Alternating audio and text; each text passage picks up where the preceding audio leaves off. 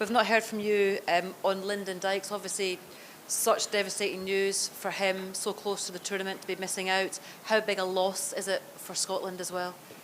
Yeah, we're all really disappointed for Lyndon, obviously. I think the boys that got injured earlier get a little bit more time to get over it. Lyndon's is right at the last minute before we go to the tournament. And he's been a good player for us, a pivotal player. One of the best telephone conversations I ever had was when I phoned Lyndon up and gave him the option to come and play for Scotland rather than Australia.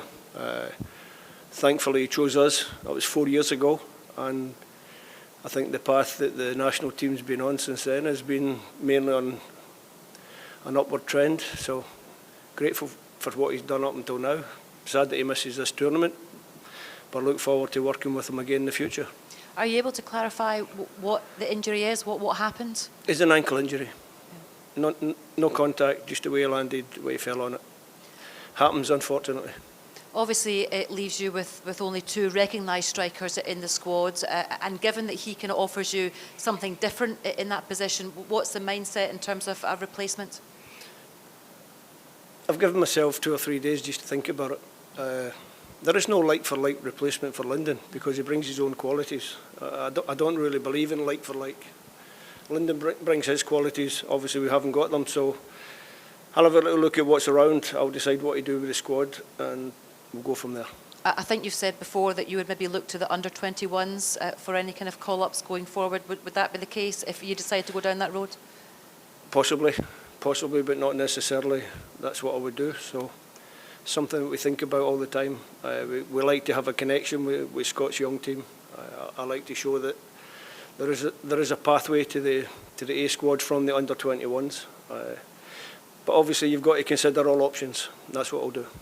How has it affected the other players in the squad? Because I guess it's a bit of a concern, isn't it, when they see players getting injured so close to the tournament, they might become a little bit more cautious themselves. Yeah, well, to be honest, I haven't really noticed that in the training sessions since. Listen, the players are all professional. They understand that sometimes that can happen. Like I said, it was just an unfortunate incident the day before or earlier in the session. Lyndon actually made this similar movement and nothing happened. It's just the way it is. You know, you have to be quite resilient as a coach, as a manager, as a player, and realise that things move forward, and that's what we've done. It may sound like an obvious question to ask, but how is Lyndon? It's an obvious answer. He's really disappointed. In terms of this game, what's the objective? What are you hoping to get out of this one, given the opposition? For me, it's just a chance to some minutes on the pitch for some players. Maybe a slightly unfamiliar lineup in terms of people starting the game. Still got 1 or 2. Not injury doubts, but people coming back from a longer term injury, so we're careful to manage minutes, and it's one of them. It's just a little balancing act to make sure that we get a good performance and hopefully a good result. How important is it to see some players from you in a competition, or obviously friendly, but almost like a competitive game that you maybe haven't seen before? No, just nice to see them on the pitch. Obviously, I've seen them all playing. I've seen them all playing at some stage.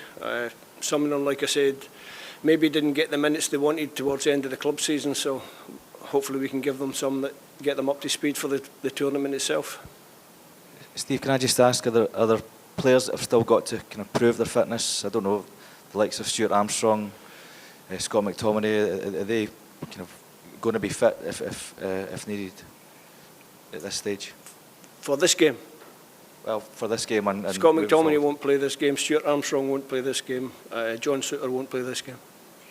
But going forward, they're on course. I'm pretty confident they'll all be good for the next game. And just going back to the striker situation, you obviously giving yourself a couple of days to think about it.